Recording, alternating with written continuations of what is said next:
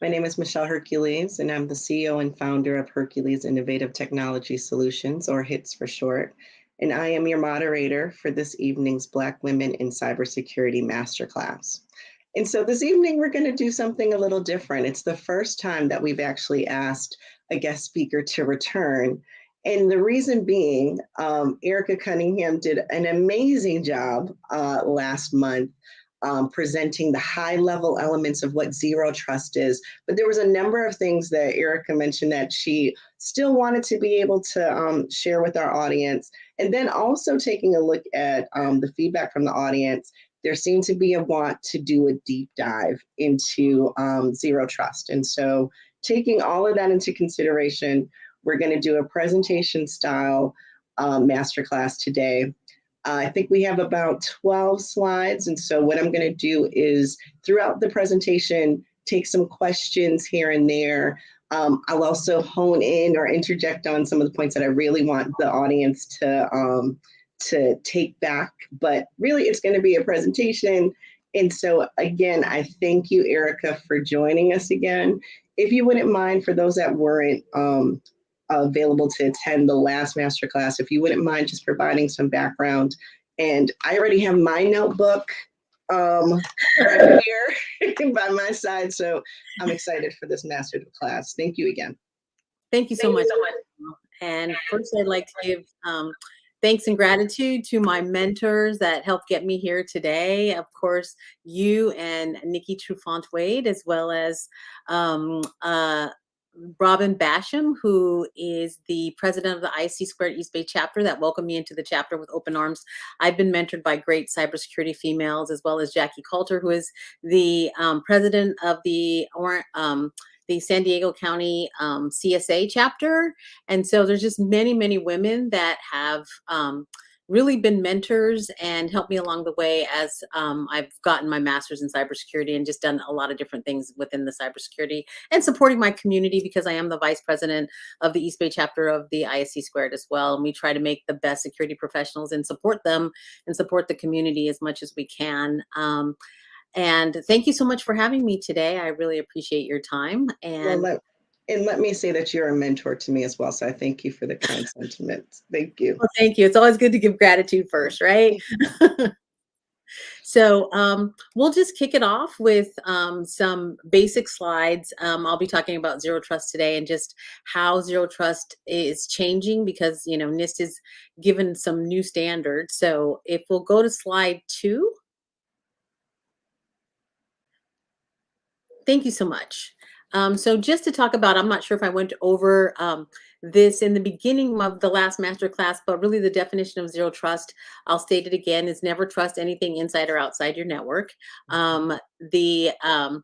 The Institute, the National Institute of Security Standards has put out 800-207, which states the importance of today's digital landscape, as well as the role of, I'll go over the role of NIST as well. And so really the origin of zero trust was kind of coined by a gentleman by the name of John Kindervag, who I had the opportunity to speak with at the ISC² East Bay chapter conference. It was on zero trust back in March. And so I got a chance to meet John Kindervag, great fan of him. He actually was working at Forrester back in 2010, and he kind of coined the whole zero trust model. And by just stating that, you know, basically the perimeter is too far off. The perimeter is like nobody can see it. It's like it's extended into the cloud. Just with SaaS models and all these, there's all sorts of access being given to applications. And there's also people on and off the network 24/7. So perimeter-based security firewalls were not really, you know, taking care of the threats that were coming in. They're more sophisticated, as well as internal threats that are going on in networks today. People have to really look at those specified threats, and they really need to know the risk based on their organization's risk. So NIST helps get this framework up. And so there's an evolution that's gone on with NIST, and now there's like NIST 2.0, but NIST has a whole bunch of different frameworks that are within the NIST family of publications. And so zero trust is just one of them. And so staying focused on that, it has kind of gone over the years to like expand to not trusting anything. And it initially was focused in network security, and it's pretty much expanded to don't trust anything, don't trust, services, devices, network security, data, people, workloads, anything going on in the cloud. So there's been a comprehensive approach, and cloud environments need to implement zero trust as well as traditional perimeter based security, which is less effective these days. So there is an importance to adhere to the digital landscape, and evolving threats are increasing. I know you heard about, the threats that happened and the data breach in um, Las Vegas Mm-hmm. a Mm-hmm. couple of weeks ago. Valid, Where right. it Valid points. listing of the MGM properties, yeah, that was really yeah. And then ransomware is just pretty much prevalent these days, and so that's a big problem for entities and organizations that have, really afraid of ransomware from the CISO all the way down. And just this morning, there was a talk from Jen Esterly from CISA, the CISA Mm-hmm. organization at the government, and she said they're going to start teaching people just to do their own cybersecurity. So That's they're going to important. be able to teach people to, just use the um, best techniques for themselves to keep their data secure online too as well. So I thought that was timely that she put that Very, out today. very timely. She must have known you were doing your master class on this. Very timely. So next slide, please.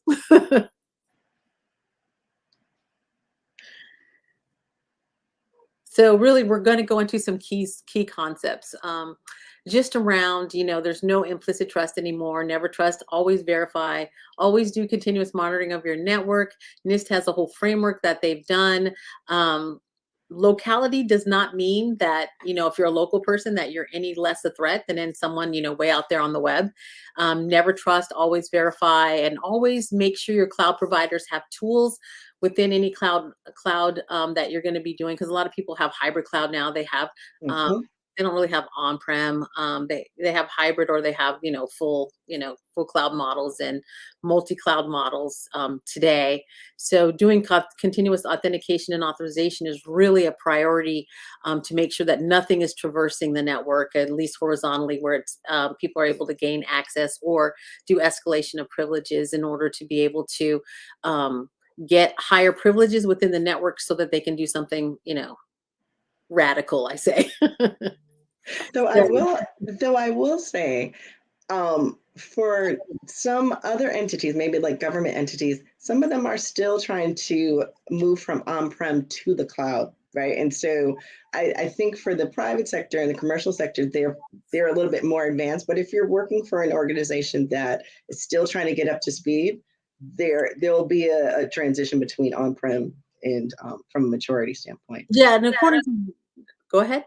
No. Oh, Continue. so yeah, and according to like zero trust models, you can go to the next slide.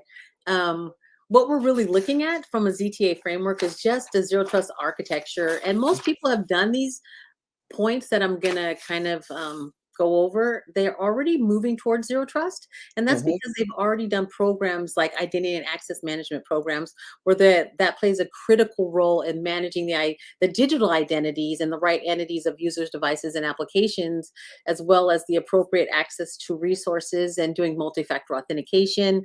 Mhm. Another area in ZTA is microsegmentation, being able to not only use VLANs and zoning, but be able to basically use role-based access in order to um, make sure that people are not, you know, getting more access than what they need. There Mhm.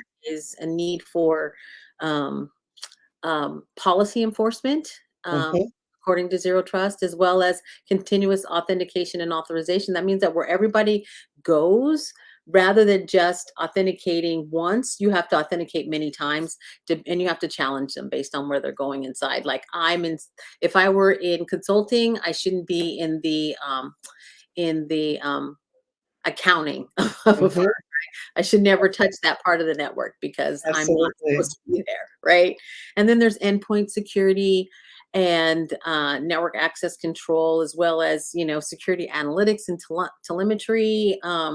There's also data security and encryption and API security. So all these areas are to be explored, and there's all these roles that are great for companies to have. And if you're looking for how you might become an offensive security person, or just look at what you're doing within ZTA and how that might affect your career, and you might want to look at some of these areas, such as being an identity and access management guru, or you might want to be an endpoint security guru, or you're looking at doing a lot of different things with your career. So offensive security is Mhm. really like necessary now, because most Yeah. people need to be going after those hackers, right? Or in a SOC, being able to be a threat hunter. So Mhm. all those things are necessary these days in order to make sure security has balance within the organization, right? So I think And that, one of the points I wanted the audience to hone in on is when you mentioned policy, right? And I know you're probably going to talk about policy and workflow, but for every organization, their policy will be constructed a little different, but also circling back to like the NIST standards that you were talking about. But yeah, I just wanted the yeah, audience to what I hone in was on gonna, that. yeah, what I was going to talk about is policy engine, when it comes to a policy engine, which is a component that determines the access inside of the ZTA framework. That's what I was talking about. So those security policies and policies that dictate, who can access what and under what conditions that they can access things. So it's always good to take a look at that, and take a look at, not only security policies within your organization, but the policy engine within your framework, right? That is where Hmm. you authenticate those users. So that's what I meant. So Solid points. Yeah. yeah, we can go to the next slide. So just looking at some of the roles within Zero Trust inside of a security team in an organization or an enterprise organization. These are kind of like the overall actors and teams that you can look into actually um, getting into a career as a CISO. And there's CISO exams that you can take, and there's the CISO path. Hmm. That's Chief Information Security Officer for those who are newbies. And their overall responsibility is for the overall organization cybersecurity strategy and posture. And they ensure that the ZTA aligns with the broader organizational security goals of the organization. And that's what the CISO does.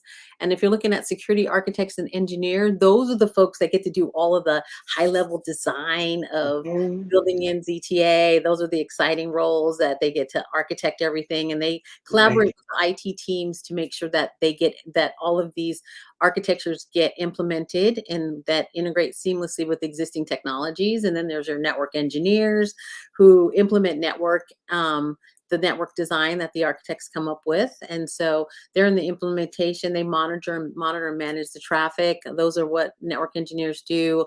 And then identity and access management teams, those are the fun people that get to say who can go where, right? Exactly. So they They're the manage, gatekeepers. yeah, they manage ID validation within the organization. And then there's your endpoint security teams that handle endpoint security. So all devices that are coming in from an endpoint perspective or wireless perspective, um, those teams ensure that the access to corporate networks adhere to the security policies set up by the executive teams, and they manage device health checks and different things. So the endpoint security teams are very, very necessary, because you can't even hardly define the endpoint anymore. As This is well true. as, DevOps teams are now responsible for security within DevOps. And so a lot of that shift left technology, they're trying to get a lot of the engineers to be able to do zero trust in terms of how they develop software within the software teams, and make sure that they're building security into the architecture of those applications, especially if they're SaaS applications and things, and that they're doing application security testing and all of that. And then there's the SOC, which the SOC are the people who hunt down any Pretty types much. of intrusion or intruders. So the SOC team, they monitor for security and response, and they actually respond. So there's a lot of maybe stress around that job, but I think it's a great thing to, if you're a good threat hunter, I mean, you can see a lot of things happening from the wire on in and from the endpoint on in. If you So like challenges, it's absolutely. a challenge, yeah. So there's also compliance and risk. Some people like to just formulate risk and risk models and, tell organizations where here's your risk and, what are you going to do with that risk, right? Are you going to leverage it? Are you going to mitigate the risk? Are you going to transfer that risk to, used to be able to transfer it to insurance, but I'm not sure you can really do that now. But Also, there's IT executives and leadership and the stakeholders, and they're trying to really hold from the CEO down to their feet to the fire when it comes to Mhm. cybersecurity. And that's why zero trust was really necessary, because we knew we were going to have to go from the top down, right? It needs to be a top Mhm. down strategy when it comes to implementing policies for an organization. So just that leadership, some people will want to be leaders in cybersecurity, and they'll want to be, on boards and executive teams. And then you have the end users and the employees, and the end users and employees, they really care about how they're getting access to the day-to-day architectures and the networks on a day-to-day basis. Well, and if I pause right here, again, the information that Erica just provided here is extremely valuable. In a master class before, we were talking about like the NICE framework where organizations are trying to identify the different roles and responsibilities. And Erica just so eloquently went through the major roles and responsibilities as it relates to zero trust, but really cybersecurity in general. So if there's something here to like, if you're new in the space, this is extremely important. Even if you're a professional in the space and you're still trying to see how different roles are evolving as technology is evolving, I thank you, Erica, for calling out the different roles and responsibilities here. um, we could probably keep going. I'm gonna Are there any Nikki to see if there's maybe one or two questions that we might be able to go to before Erica goes to the slides. So Erica, I'll let you take this. um, someone is cut close. They're switching their cybersecurity. They're switching their career to cybersecurity. Where do they start? Um, Also, there's mentorship available, so I can definitely mentor people on how to switch. But I do need to know a lot about what your career is currently to switch to cybersecurity. You can start taking courses in cybersecurity. I think in our last master class, we did identify areas which are great for just extending your cybersecurity knowledge if you want to switch careers. Some of them are Udemy, which that got a lot of hits because Udemy is a very inexpensive site where you can take, the Security Plus and some of these courses that are taught at the local university, but you can take them for very little.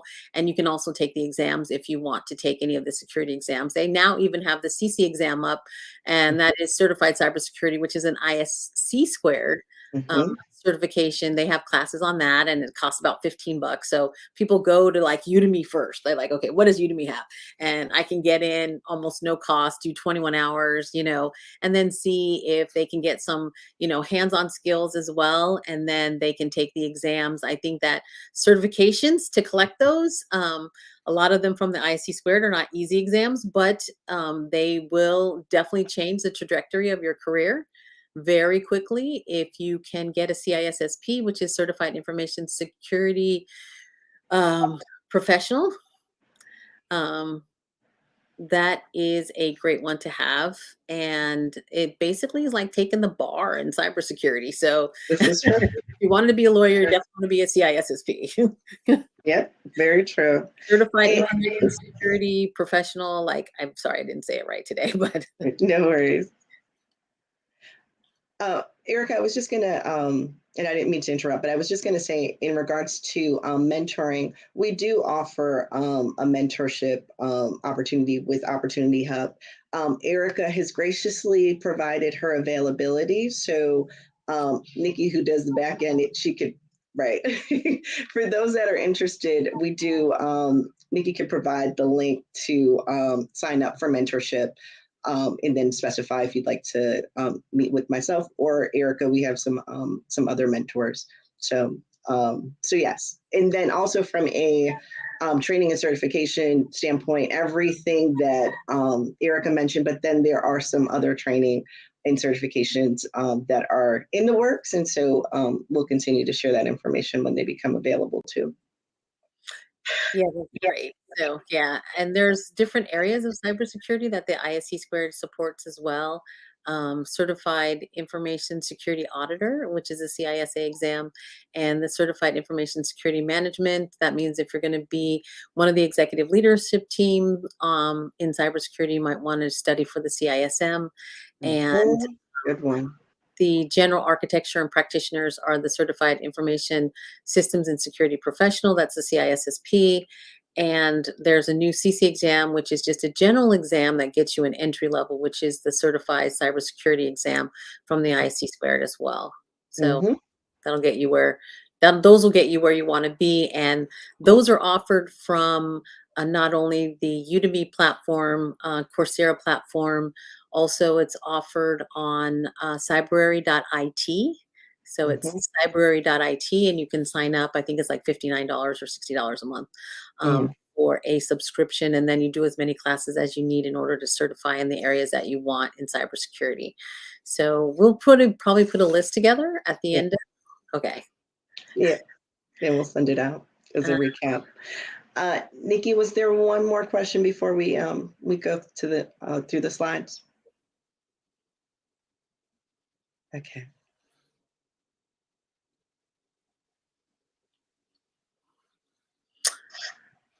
I believe Hmm. that the CISO certification is a good certification to have.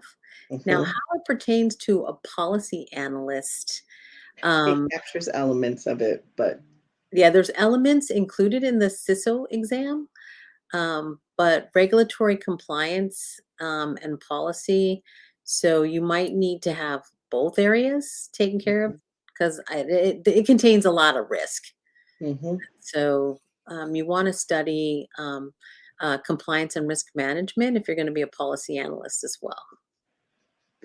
nothing more to add to that. That's perfectly said. Absolutely, absolutely. So we're going to go to the next slide. So just a key part of NIST 800-207, which is zero trust, is identity and access management. I mean, it's so necessary to Hmm. be able to have control and implement different areas in identity and access management. So that's why I want to put this slide up here.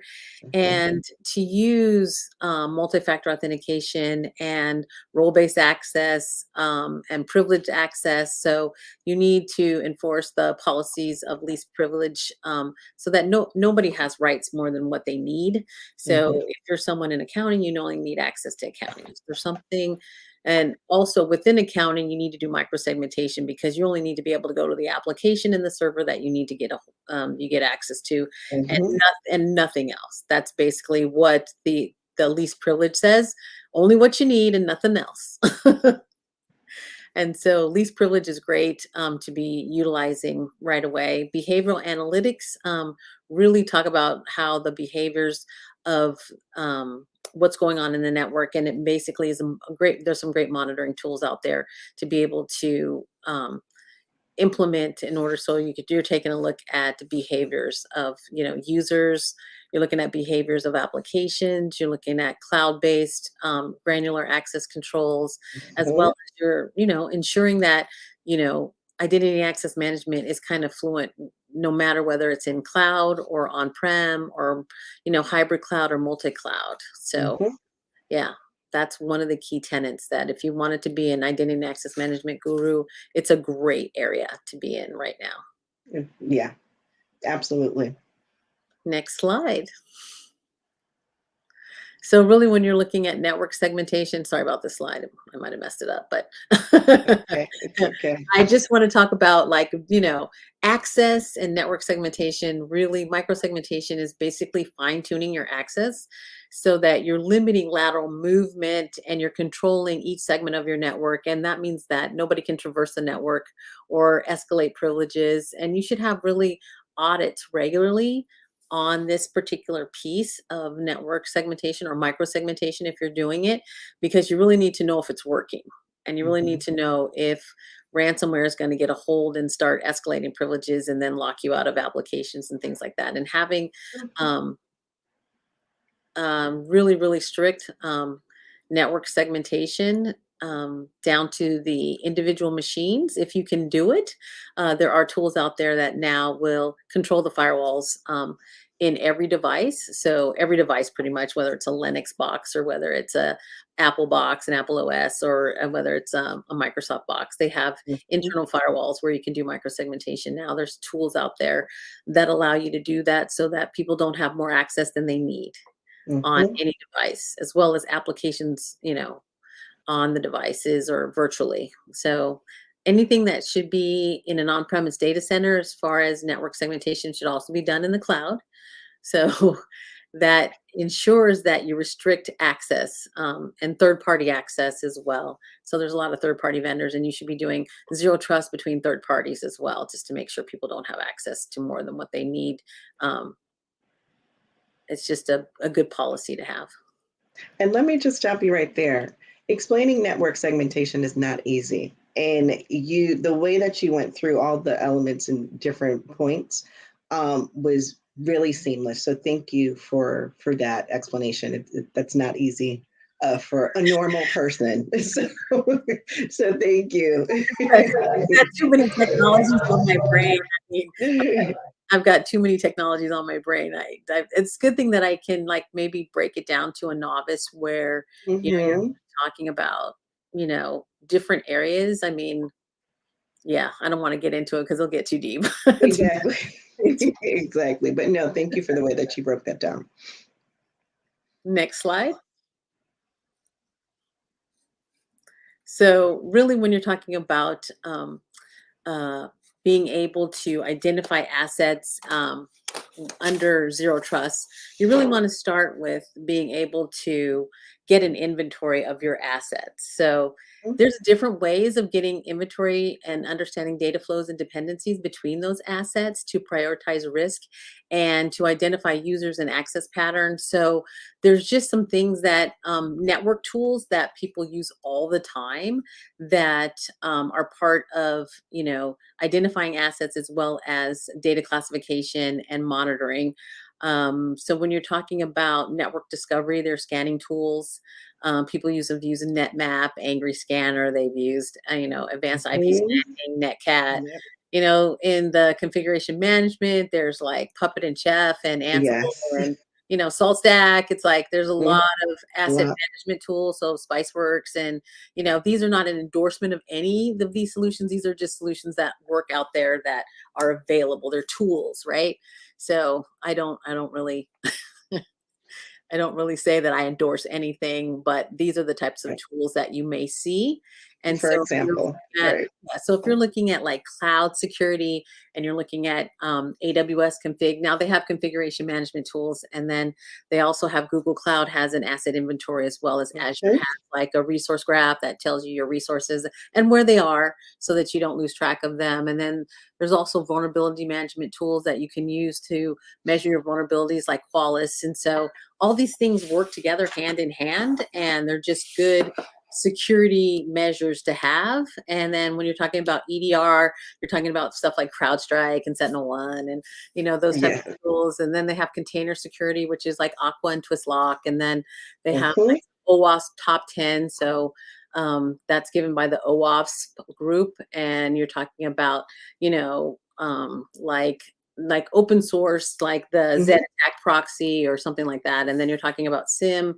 So everybody knows who Splunk is, Logarithm, and then that gets into SOAR products because they've been acquired as well. So you get into security orchestration, automation, and remediation tools, which are like your Palo Alto networks Yeah. that purchase a company called Demisto. And then you're talking about like Splunk, which acquired Phantom Cyber a few years ago. And so they're all SOAR products that are new platforms that do automated remediation. So if you have a phishing attack, you have Mhm. now tools that'll do automated remediation. And all this is, and then they have mobile device management. And there's a lot of things out there. that help you with, all of this is part of zero trust and making Mhm. sure that you have like application scanners and things going on in your network so that you're covering all the bases. So Mhm. a lot of companies are getting towards zero trust. It's just they just haven't done probably some of the earlier things. I mean, some of the most recent things like micro segmentation. They just haven't done it. Mhm. Mhm. And just to again, to recap what you were talking about, all the tools, a number of the tools that you mentioned, for those that are familiar with incident response, vulnerability scanning, these are the tools that are really tracking the threats that have been identified by that organization. And so, no, thank you for walking us through that. I'm sorry if I'm I didn't sorry if mention that. I didn't. No, no, no, no, no. It's okay. Next slide. So we're talking about dynamic policy and monitoring within the network. So use of adaptive and contextual policies and monitoring the behaviors and access patterns is really kind of one of the newer areas that people are getting into today. And there are some that are used in the cloud, such as cloud security posture management, which is kind of like monitoring your cloud and making sure that the security postures up to date in your cloud, and then also encouraging continuous improvement. Threat intelligence feeds, those always work well. There's a lot of things out there, so there's a lot of ways that people can leverage their career by being, someone who is well versed in some of these tools, as well as just the overall, like being an architect and looking at, cloud environments and, doing built-in monitoring of tools and things like that. So I think that these policies and adaptive policies can be leveraged to make sure that your on-prem and your cloud is more secure. Does that make sense? Absolutely. Absolutely. So next slide. And so at this point, let's see if You we have could some take questions? one or two questions and then we'll move forward. Nikki, if you could pull one or two questions.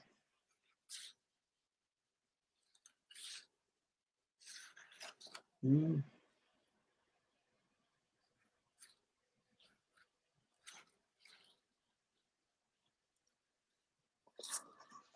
Right. Well, GitHub attack. Um, let's see. At a high level, because right, you're not At a providing high anything. level, I know that GitHub had an attack, but it's like I don't really know any other repositories that are safer for display projects. There's a Jenkins pipeline, there's a GitHub pipeline, but I'm gonna have to look into see if there is actually a safer repository. Yeah, and honestly, this question might be too specific. Because right, Erica doesn't want to provide consultation related to that. But just in general, do you want to talk about? You talked about how to ensure that your postures are more secure, right? So when you talked about the ramp, putting edit steps in place to be able to check for ransomware, you could talk at a high level to that. Well, I think that we're gonna get to Mocha Lance in just a second, but Okay. but just as far as repositories go, there's more repositories that are available. I think that some of them are like open source, Mm-hmm. and I need to look into things like Morantis and see if they have one or other ones that are OpenStack versus Mm-hmm. traditional. So But I yeah, will say and I apologize, I will say for the individual that asked that question, please definitely sign up for a mentorship because that is a question that's a little bit more granular oh yeah, and that you'd be able to I give could probably look more it color to. Yeah. up. So roles based on CompTIA Plus security. If you have no technical experience, passing the CompTIA Plus security certification will definitely get you into roles like security analysts. It'll sometimes get you into a SOC. if you're going to be a threat hunter, because some of the CompTIA plus security areas will touch on roles like security threat hunters and things like that, and you'll get a little bit of experience there. But you definitely want to start certifying in any cybersecurity certifications, because you'll get your big break as soon as you have a few certifications underneath your belt. Good question. Definitely, you don't have to have years of experience. A lot of people will hire just based on certifications. There's a need, right? One of the points that we try to put out there is that there is a vacancy right now, and so showing ambition and then also trying to be proactive as well is it's really important. But to your point, there are a lot of organizations that are willing to take a risk because there is such a need right now. And there's basically volunteerism where people set something up for an organization and basically go and look at your 501(c)(3)s, Mm-hmm. sure that if you're basically volunteering to do weekend work, you can always get projects where you're shoring up their cybersecurity posture for, um, nonprofits. Mm-hmm. That Mm-hmm. works, and that is also experience that you can have under your belt when you're doing a transition. Valuable experience. It's the practical experience, which I always tell people, hey, be a practitioner first. Yes. The rest of it will come because really they just want to know. I'm more of a consultant generalist, but I have now been cycling into practitioner, and so that's Mhm. good. So I always say start with the practical. Next slide. Oh, and I'm sorry. Did Erica? Did you touch upon the privacy one? The Oh, what privacy slide? that one? Wait a minute. Did I finish that slide? Sorry. Yeah, I I was don't just think we touched on that one. sometimes I start talking and then I go. It's okay.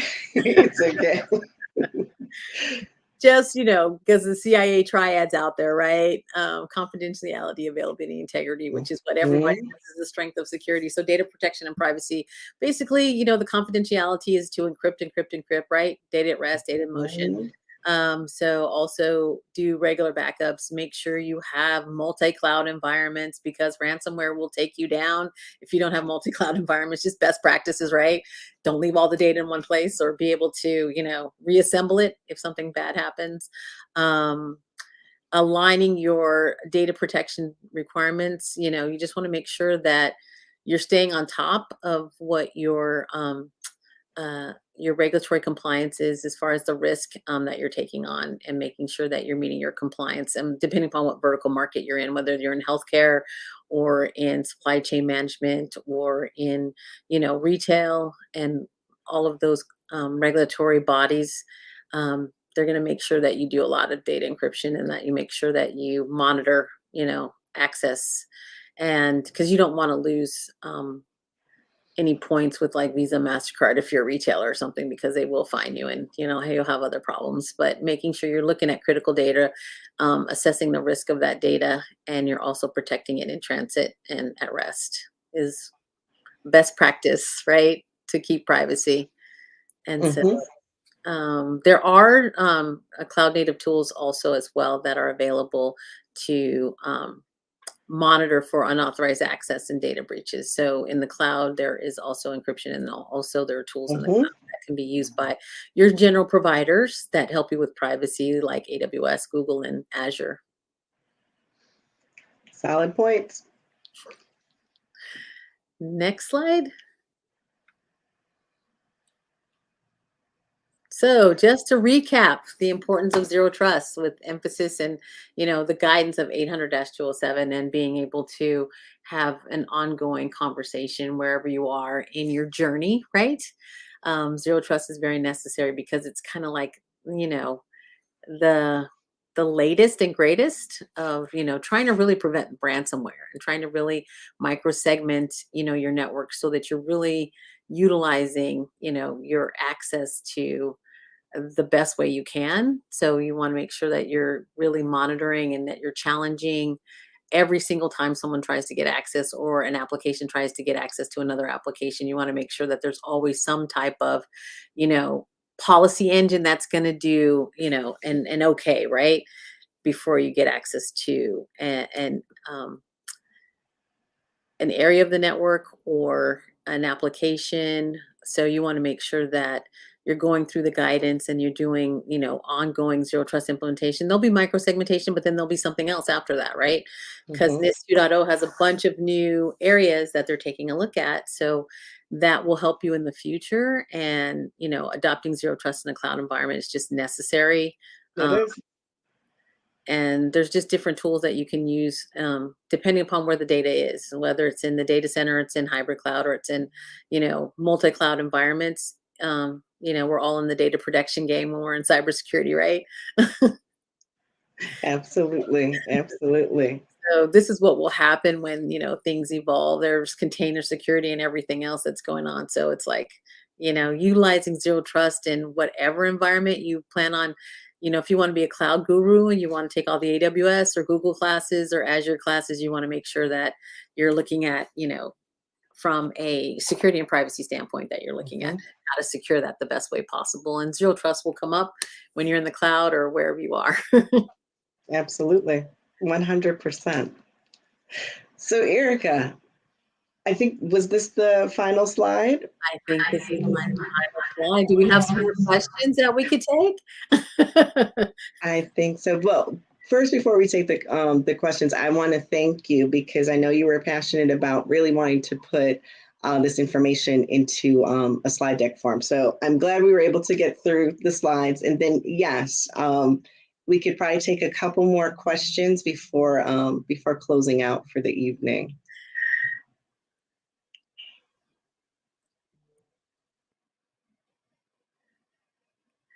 I would suggest that you pass the CISSP. Hmm. Yes, I was like, what is the most necessary? Yeah, it's a big one, but if you pass it, you can go a long way. very true. So Very true. computer information um, uh, systems and security professional. There you go. Yes. CISSP. It's like having a Harvard law degree, go for it, right? It's like it's a 6-hour exam. It's like you got to do it, right? Holy Grail. Yes, And absolutely. contact the IS, go to the iscsquare.org and, go and look at all the certifications there, but the CISSP is probably your general standard go to. What certification would you recommend to be an information security specialist? That's a that depends upon where you wanna be. True. There's vulnerability management. There is being really a security specialist in a specific area, you wanna make sure that area is growing. I would say that being a cloud security architect would be an excellent career move for people who are looking for security specialist specific, because cloud security professionals are so necessary right now. I mean, just with the proliferation of SaaS, it's just I would also say, though, to be well rounded, you want to have a risk management certification in there as well, right? So you yeah, want to be able to balance the extremely technical certifications that Erica went over with some of the risk management certifications that are out there, and she listed a number of them, and so we'll put that list out there. if you Um, want to, yeah, because I can go down to granular if you want to be, a container security specialist, and you're going to be in Docker or Kubernetes, or you're going to be in, serverless is really a new environment, which and protecting containers and, cloud native applications. That's something that is, you can get. And that would be like in a specific area as a cloud security professional. So, um, I don't want to get too specific because then people say, well, gee, you told me if I do and- this specific thing, well, the like, other thing I was going to say, in the mentorship sessions, this is where we could help with when you're trying to map out your career, right? So, and to try to help you with your career trajectory. So, if there's a specific area in information security that you're looking to hone in on, then with those in that meeting, we could discuss the certs that would just be better aligned yeah, there's, to where you're trying to go. mhm.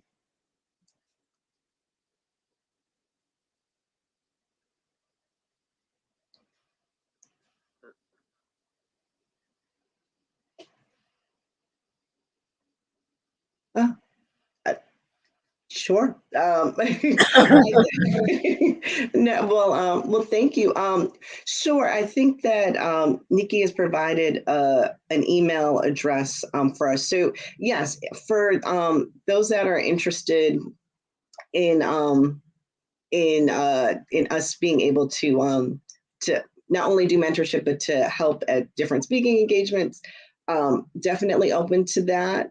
Also, for any individuals that are interested in being a guest speaker, like if you are proficient in a specific area in information technology, we also ask that you reach out to myself. So yes, I do a vetting process too whenever it comes to identifying guest speakers, because I really do want to be able to provide the best of the best. As you can see, Erica is the best of the best in what she does. And so, but thank you for that question. I'll definitely take a look at it when we get it in our inbox. I'm sure we have a ton of questions.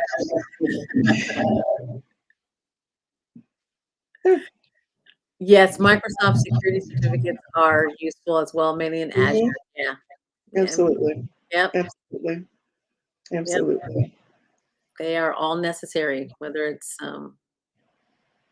a server or whether it's certs inside of Azure are very necessary right now. Absolutely. That's a good question. Let's see if I can answer that one. I got you. I got you back after. Full stack development now requires cybersecurity. So one is kind of overlapped into the other, really, is how you answer that question, is because Very true. a lot of DevSecOps and full stack development now requires developers to be able to build in security or at least test code when they're developing it.